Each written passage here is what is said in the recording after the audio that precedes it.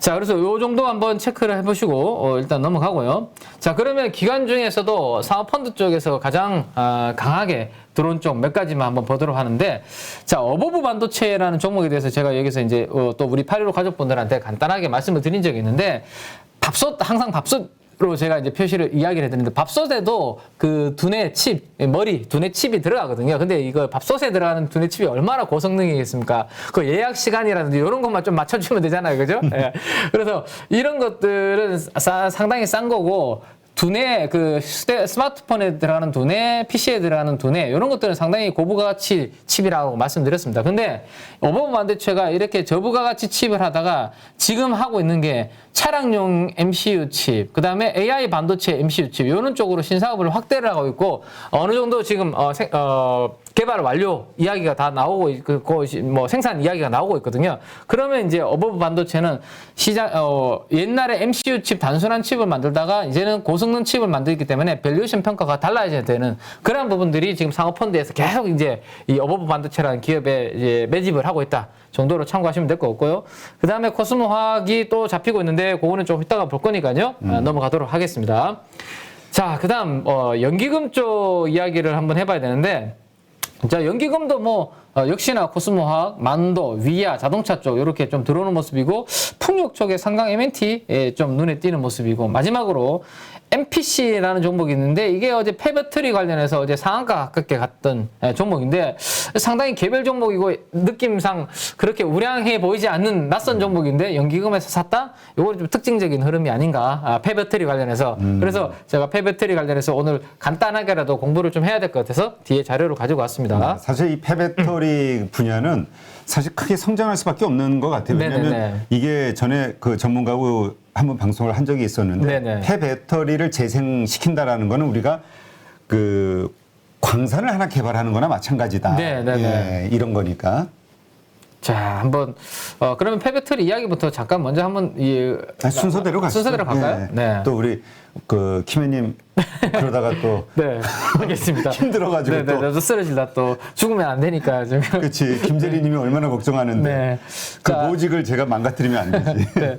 자, 그래서 마지막으로 이제 투신 쪽 한번 보죠. 투신 쪽은 조금 전에 우리 제가 말씀드렸던 반도체 팹 증설할 때 수혜를 볼 수 있고, 그 다음에 FCBGA 이야기를 조금 전에 드렸는데, FCBGA라는 기판을 만들 때 STI에 또 리플로우라는 장비가 또 들어갑니다. 그래서 그 부분 모멘텀이 있고요. 자, 사마네트웍스, 코스모화 전반적으로 기관들이 이 종목들을 보면 종목들이 같이 기관들이 사는 종목들은 공통적으로 좀 잡히는 종목들이 보이죠, 그죠? 그들 종목들이 좀 당연히 세게 좀 움직이는 흐름이 있다라고 보시면 될 것 같습니다. 자, 마지막으로 이제 외국인들인데요. 외국인들은 어제 원전 관련된 모멘텀이 조금 나오니까 원전 관련주가 좀 보이고요. 코스모 형제들 이렇게 좀 들어오는 그런 모습이 외국인들의 좀 특징적인 흐름이었습니다. 자, 지금까지가 이제 매수하는 종목들이었는데요. 이게 자, 이제 네. 기분 나쁜 거예요, 이제. 네. 오늘도 오늘의 움직임이 어떨지. 그렇죠. 네, 이제 매도하는 종목들 쪽의 움직임인데, 자, 지난번에 자화전자가 애플향으로 이제 부품이 이제 들어간다. 그래서 이제 공장 이제 증설 이야기가 나왔을 때 제가 5천억 이상에서 오히려 애플 관련된 뉴스가 나왔을 때 한번 챙기실 필요가 있다라는 말씀을 드렸는데, 오히려 진짜 사모펀드에서도 이제 발빠르게 자화전자에 대해서 차익 실현하는 그런 모습이 나오고 있습니다. 그래서 그 부분은 혹시라도 아직 가지고 계신 분들은 한번 체크를 좀 해보시는 게 좋을 것 같고요. 그 다음에 개별 종목들 흐름들 사모펀드에서 발빠르게 좀 매매하는 그런 모습들이 좀 특징적이네요. 자, 연기금 쪽을 보면 연기금에서는 최근에 오른 조선주들, 조선 기자재를 파는 모습들이 눈에 띕니다. 여기 현대미포조선 보이죠? 그 다음에 한국카본 보이죠? 그죠? 그래서 제가 참 요거는 우리가 수요일 개장 전에 참 잘 말씀드린 게 아닌가, 우리 815 가족분들한테 조선주들을 여기서 한번 좀 챙길만 하지 않나. HSD 엔진도 그렇고 조선주들에 대해서 전반적으로 연기금에서 좀 차익 실현하는 모습이 많이 올랐다. 특징적인 흐름인 것 같습니다.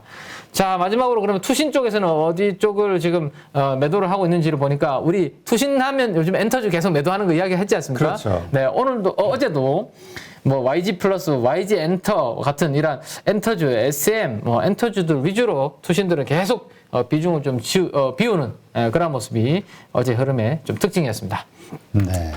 참 그러니까 이제 이 흐름이 그러니까 한번 우리가 오늘 또 근데 주말이니까 네. 한번 이 주간 전체를 한번 보는 게 낫겠죠. 네네. 하나로 다 모아놓으면. 제가 이제 금요일마다 지난주에도 제가 이제 한 주 동안 이번 최근 5일 동안 그러면 기관과 외국인들이 동시에 순매수한 매수 강도 기준으로 지난주에도 제가 이 표를 그래서 가지고 왔었고요. 오늘도 제가 5일 동안에 그러면 어떤 종목을 가장 강하게 샀나라고 말씀드리겠습니다. 저는 하루에 0.2% 정도 비중만 사도 상당히 의미 있는 데이터다라고 제가 15년째 요거를 이제 참고하고 있다고 말씀드렸는데 매일 만약 0.2% 샀으면 일주일이면 1% 정도 산 겁니다. 그죠? 근데 지금 이 표에 있는 종목들은 대부분 2% 이상씩 이번 주에 매집을 한 종목이다라고 보시면 될 것 같아요. 2% 이상. 많이 샀네. 네. 테스라는 정말 많이 샀네요. 야, 시총이 5%면 상당히 많이 매집했다라고 볼 수 있거든요. 예, 테스라는. 그리고 제가 꼭지를 한 3개 정도로 달아봤는데요. 반도체가 이번 주에 매수 강도로 세게 들어오는 대표적인 업종, 그 다음에 2차 전지, 폐배터리 정도, 이렇게 한번 나눠봤습니다. 그래서 테스라는, 한번 말씀을 한번 드려보도록 하겠습니다. 하나씩. 자, 테스라 이제 2021년도 이후부터 우리 그 누적 순매수 포지션을 한번 그려봤는데, 최근에 가장 관심을 두고 강하게 좀 사고 있는 쪽은 보면 외국인들입니다. 외국인들이 이제 거의 중립 포지션 0까지 이제 올라오죠. 팔다가 이제는 거의 다 사들이고 있는 그런 모습이고, 사모펀드 쪽에서 그리고 투신 쪽에서 이렇게 공격적으로 사면서 기관들도 드디어 팔다가 지금 돌아서는 그런 모습이 나타나고 있는데, 반대로 개인 투자들이 비중을 이렇게 많이 줄이고 있으니까 테스라는 계속해서 좀 흐름이 긍정적인 흐름을 예상해 볼 수 있을 것 같습니다. 최근에 테슬라의 흐름을 보시면 역대 2015년도 이후에 기관들이 88억을 샀고 외국인들이 하루에 110억을 산 경우가 있는데, 그때가 랭킹 8위와 각각 랭킹 5위였습니다. 그래서 그 가격대 양봉이 하나 크게 나왔을 텐데요. 그 양봉의 시가를 기준으로 요거 이탈하면 손절한다라는 생각으로 테슬라는 트레이딩 해보셔도 괜찮다라는 말씀을 드렸고, 지금 시가총액이 7천억 정도 하고 있거든요. 대표님 시가총액 7천억 정도 하고 있는데 지금 보시면 7,173억 정도 하고 있습니다. 근데 삼성전자가 그 소니를 이기기 위해서 비메모리 투자, CIS 쪽 투자 많이 하고 있는 그런 상황이고요. 그 다음에 애플카라든지 뭐 로봇 이런 부분들 때문에 제가 카메라 많이 달린다라는 말씀 드렸죠. 그래서 그 기대감 들어오고 있고, 자, 마지막으로 두산이 지분율 30%를 이번에 확보를 했는데 4,600억을 주고 샀거든요. 그러면 대충 잡아도 두산그룹이 이 회사를 인수할 때 가치를 한 1조 이상으로 평가를 한 것 같아요. 그러면 장기적으로 저는 7천억에서 1조까지 그림은 그려볼 만한 기업이고, 지금 역대 랭킹이 이렇게 들어가는 것을 감안하면 이번에 그 들어온 가격대의 그 양봉의 시가를 앞으로 손절 가격으로 잡고 테슬라는 좀 중기적으로 보셔도 괜찮지 않을까라는 생각입니다. 그래서 이제 요게 예를 들어서 현금 비중이 많은 분이라면 만약에 뭐 오늘 주말을 앞두고 큰 폭으로 만약에 흔들려준다, 그러면 분할 매수를 또 한번 해볼 만한 대표적인 기업이 이런 기업이 될 수 있다는 거. 우리 김혜님이 민 팀장님이 생각하는 큰 폭이라는 거는 어느 정도 빠져야 큰 폭이에요? 저는 뭐 한 그래도 3에서 한 5% 정도 빠져주면 뭐 그래도 한 분할 매수 첫 번째로 뭐 입지는 시작해볼 만한 하지 않을까. 분할 매수 관점에서. 네네, 분할 매수 관점에서 뭐 1% 이런 거 가지고 뭐 보합에서는 별로 관심이 가지 않고, 왜냐하면 최근에 며칠 오른 게 있기 때문에 그 부분 한번 생각을 해보시면 될 것 같습니다. 하여튼 그 두산이 이렇게 인수한 데는 뭔가 빅픽처가 있지 않겠냐. 네네. 이게 합리적인 생각이겠죠. 네네. 뭔가 중요하게. 두산그룹 입장에서도 지금 그 현금이 정말 중요한 때인데, 그렇죠. 여기다 베팅을 했던 데는 뭔가 큰 이유가 있겠죠. 네. 자, 그러면 우리 대표님이 이제 질문을 또 우리 그 8.15 가족분들이 궁금해하실 부분이라서 질문을 주셨으니까 제가 테스나 차트를 가지고 그러면 한번 간단하게 설명을 한번 드려보도록 할게요. 자, 조금 전에 그 역대급으로 기관 외국인들이 쌍끌이가 들어온 자리가 요 양봉이라고 말씀을 드렸습니다. 요 양봉, 그죠? 네. 그래서 요 양봉은 만약에 요 양봉 밑으로 아마 42,500원 정도 대략적으로 될 것 같은데요. 요 양봉 밑으로 내려가면 기관과 외국인들이 역대급으로 산 게 다 물리는 자리입니다. 그러면 제가 봤을 때 웬만하면 여기는 안 깰 가능성이 일단은 있을 거 없고요. 특별히 뭐 시장이 정말로 무너지지 않는다면.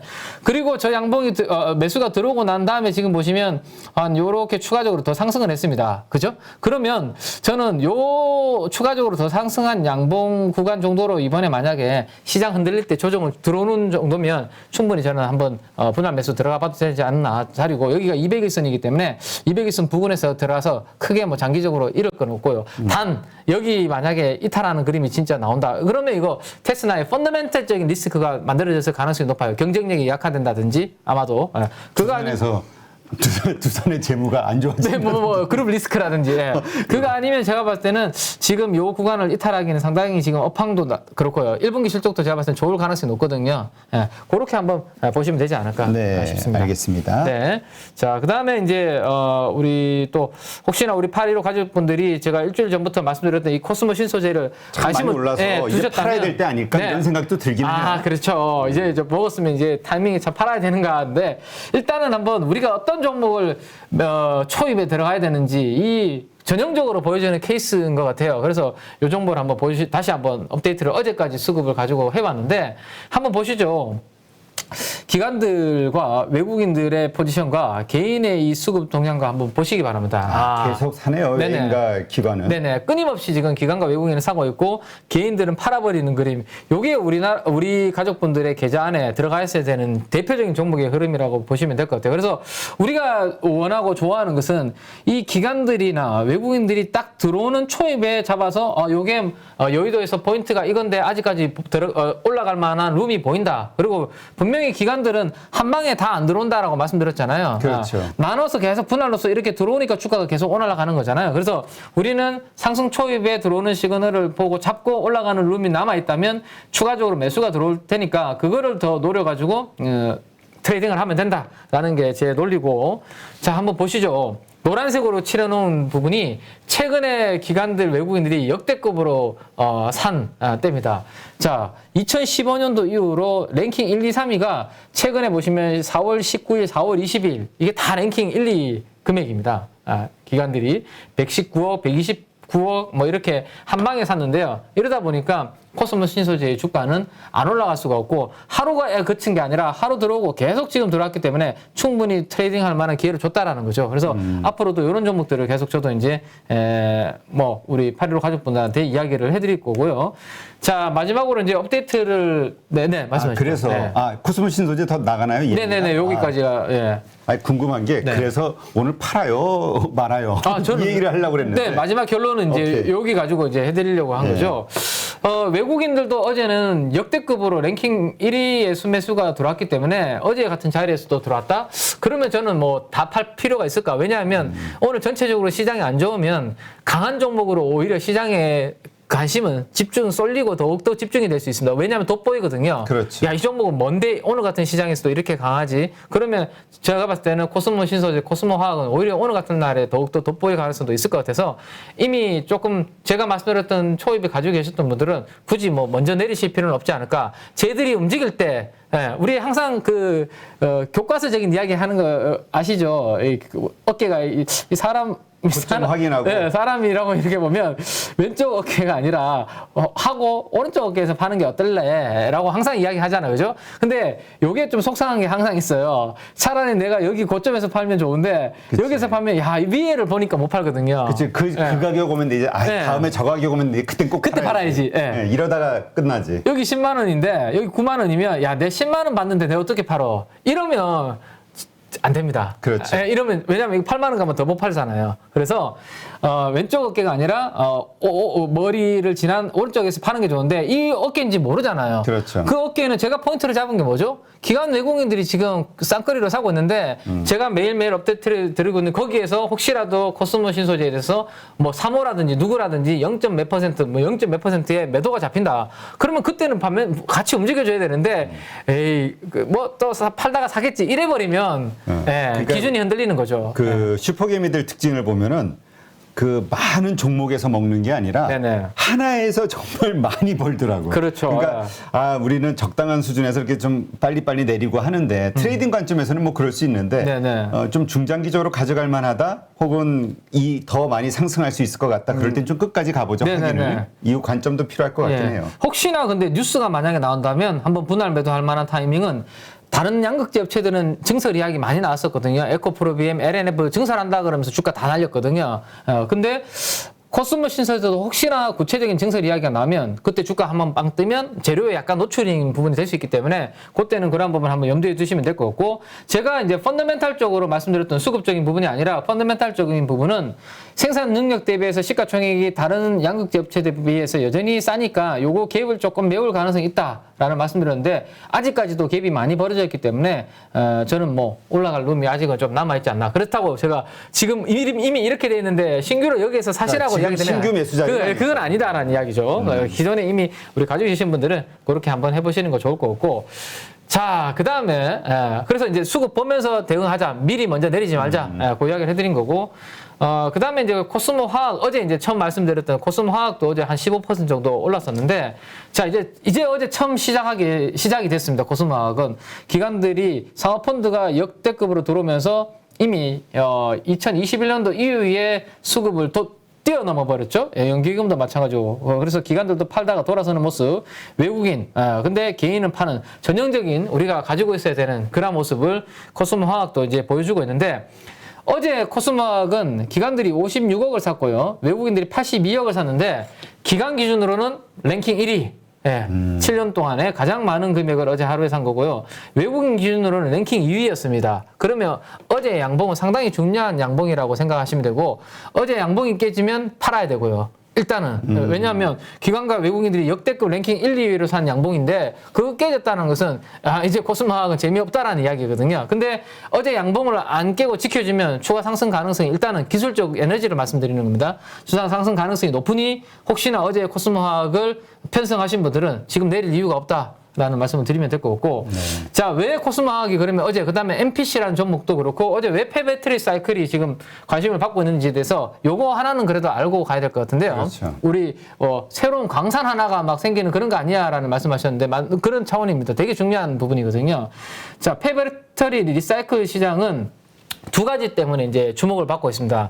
지금 전기차 시장이 확산이 되려면 전기차 가격이 떨어져야 되고, 전기차 가격의 원가에서 가장 많은 비중을 차지하는 것이 배터리잖아요. 그렇죠. 배터리 가격을 떨어뜨려야 되거든요. 그러면 이 폐배터리 리사이클을 통해서 가장 할 수 있는 부분이 바로 이 셀 가격과 팩 가격과 같은 배터리 가격을 떨어뜨릴 수 있는 부분이 되는 겁니다. 리사이클을 통해서 양극재라든지 이러한 원가들을 절감할 수 있다는 연구 결과가 있거든요. 그래서 폐배터리 리사이클을 통해서 뭐 소재를 만들어내면 기존의 배터리 가격보다 훨씬 싸게 만들 수 있구나. 이게 이제 중요한 부분이기 때문에 이 시장이 성장할 수 있는 거고, 또 하나는 당연히 배터리 만들고 소재 만드는 과정에서 발생하는 이산화탄소 이 부분입니다. 이게 가장 환경 규제가 강한 지역이 유럽이죠. 그렇죠. 유럽이 어떤 규제를 하고 있냐면 2030년부터 배터리를 만드는 데 들어가는 소재는 무조건 리사이클의 원료를 사용해라라는 것을 비중을 정해주고 있습니다. 대표적으로 우리 3원계 배터리를 우리 배터리 기업들이 많이 하고 있죠. 그러면 니켈,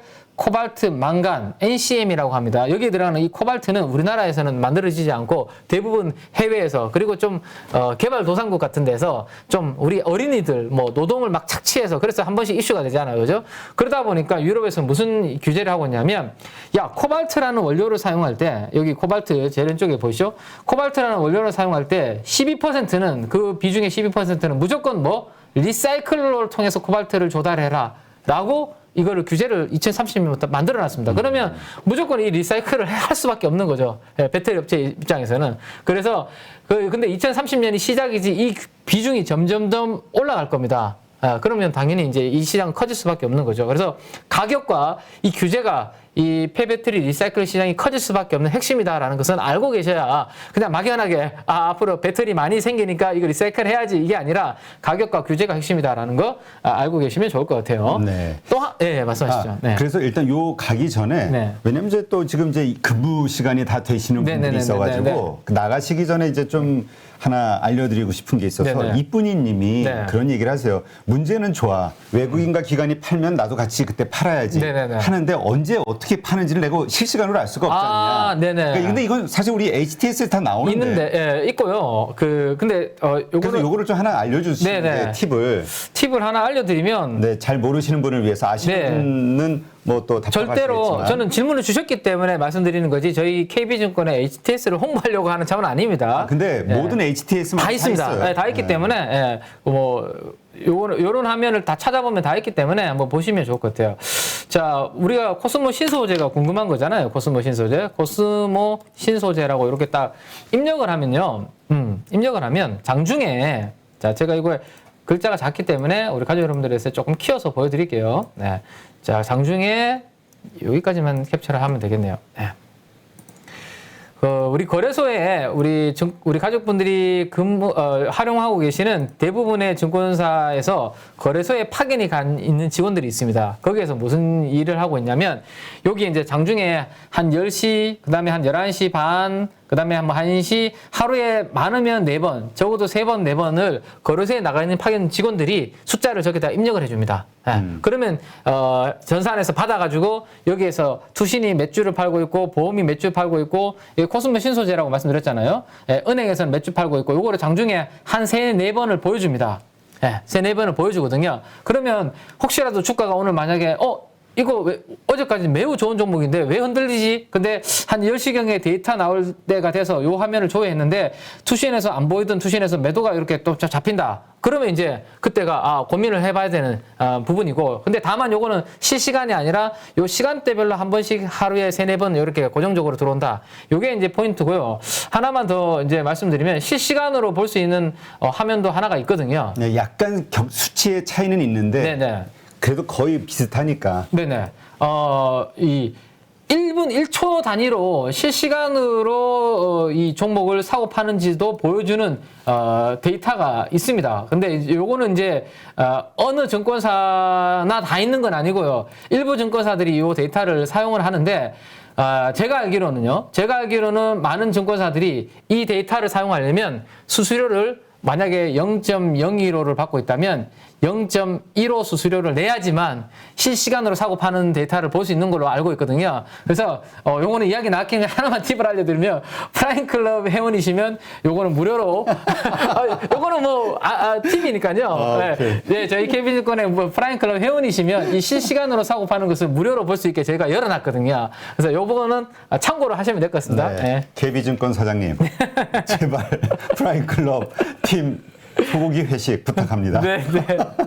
자, 네. 그래서 장중에 확인할 수 있는 부분 저 2가지 정도가 방법이 있다 정도로 보시고 내가 HTS는 못 찾겠다. 그러면 거래하시는 증권사 고객센터에 전화하셔서 빨리 물어보시는 것도 빨리 아실 수 있죠. 네. 하여튼 저는 미래에셋 사용하고 있는데 그 보면은 외국인 기관 네. 주식 종합 거기에 밑에 보면 외국인 기관 보면은 나오거든요. 또 네네. 실시간으로 이렇게 또 수치가 약간의 차이는 제가 볼 때 최종적으로 한 3%, 2, 3% 차이밖에 안 는가 흐름은 나오니까 네네네네. 거의 비슷한 수치 나오니까 그것도 그러니까 모든 증권사마다 다 이렇게 있는 거죠. 네네. 네. 자. 그러니까 모른다고 하지 마시고 그렇죠. 부분이 있으니 찾으시면 다 찾아서 나옵니다. 조금이라도 내가 매매할 때 참고할 만한 거를 알아야지만 내가 대응이 가능하니까. 왜냐하면 저는 월요일 날 나오잖아요. 네. 제가 장중에 대응해 드릴 수 있는 건 아니니까 그런 화면들을 가지고 아니면 뭐 고객센터나 혹시 아는 PB가 있다면 빨리 전화 걸어서 혹시 오늘 이거 매도 나오는지 체크를 해보고 멍하니 있으시면 안 되고요. 해보시는 거 좋을 것 같습니다. 네, 알겠습니다. 자, 그럼 시간이 많이 됐으니까 그러면 요 공정은 나중에 제가 좀 자세하게 설명드리기로 하고 그냥 관련 빨리빨리 네, 하세요. 관련 종목만 그래서 네. 종목이 궁금하실 것 같아서 네. 에코프로 우리나라에서 지금 이 그 페버트리 관련해서 생산을 지금 이미 하고 있는 회사가 있습니다. 이미 그 하고 있는 회사가 성일하이텍이라고 말씀을 드렸고, 이 회사가 조만간 상장을 할 거기 때문에 공모주 관심 있는 분들은 성일하이텍을 한번 관심 있게 보시면 될 것 같고, 그 다음으로 두 번째로 하고 있는 회사가 에코프로 CNG라는 회사입니다. CNG는 에코프로의 자회사죠. 그래서 혹시나 에코프로 CNG를 투자하고 싶다면 아직 상장이 안 됐기 때문에 에코프로를 투자하시는 방법이 있고, 조금 전에 우리가 이제 어제 제가 말씀드렸던 코스모 화학이 대표적으로 페버트리 하고 있는 회사. 그 다음에 여기 보시면 뭐 정제 뭐 이런 용어들 막 나오잖아요. 쉽게 생각하시면 광석 하나를 재련하는 과정이라고 생각하시면 돼요. 예. 그러니까 그거잖아요. 폐배터리가 이제 다 수거가 됐으면 자동차에서, 네. 부순물이 다 붙어 맞아요. 있잖아요. 예. 그거를 우리 금 녹이듯이 네, 그죠. 쫙 맞아요. 녹여가지고 순도 높은 순도 높은 맞아요. 그 원료만 네. 딱 뽑아낸다. 네. 그러면 재련, 그러면 우리나라에서 제일 잘하는 회사 딱 떠오르는 게 있을 거예요. 재련. 재련. 네, 고려아연. 네, 고려아연이 아연 정광을 가지고 와서 잘 재련해서 고순도의 아연을 뽑아내서 가공해서 이렇게 파는 거거든요. 그 다음에 그 재련하는 과정에서 금, 은 이런 것 부산물도 나오고, 그래서 고려아연이 그래서 하고 싶어 하는 게 요런 2차 전지 소재, 페버트리 이쪽을 진출하고 싶어 하는 거거든요. 그래서 그 계열사인 영풍그룹이 그런 부분들을 하고 싶어 한다. 그래서 포스코라든지 이런 금속 재련하는 회사들이 앞으로 이런 쪽 진출할 가능성이 높으니까 참고하시면 될 것 같습니다. 네, 여기까지 저는 오늘 뭐 준비된 거 말씀을 좀 드리면 될 것 같습니다. 맨 마지막에 루트로닉 수출 데이터 이거 그거 참. 우리 피부에 네. 우리 네. 그 물광 피부 네, 물광 피부의 그 뭐 핵심 이유. 네네네. 그쵸. 네. 저 뭐 미용 의료기기 쪽이 최근에 좀 주춤하는 모습인데, 그나마 어제 이제 수출 데이터가 나와서 수출 데이터 나올 때마다 이제 업데이트를 잠깐씩 해드리는데, 매월 21일은 그달 1일에서 20일까지 수출 데이터가 나오는 날입니다. 우리나라는 참 이런 데이터들이 잘 되는 것 같아요. 그래서 매월 1일은 그 전달 게 나오고요. 매월 11일은 1일부터 10일까지의 또 수출 데이터가 나옵니다. 그래서 어제가 21일, 저희 키맨 민재기 부장의 월급날이었습니다. 어제 대표님 제가 또 동천 한번 모셔야 되는데 아니 월급날 쓰러졌으면 네, 이거 볼까? 그러니까 너무 어제 작았나? 저 겨우 기어가서 어제 주간그릇 먹었거든요. 네. 월급날에. 아무튼 매월 21일에 1월 1일과 20일부터 수출 잠정 데이터가 나온다라는 거 보시면 되는데, 수출 데이터 한번 보시죠.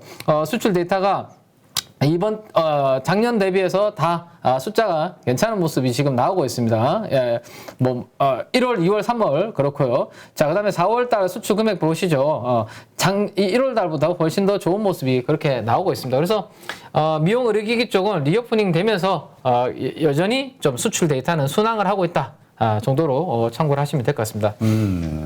알겠습니다. 누구나 1시간 안에 200개 종목에서 좋은 종목을 고를 수 있는 그런 능력을 배양할 수 있도록 제가 도와드리려고 그렇게 하고 있습니다.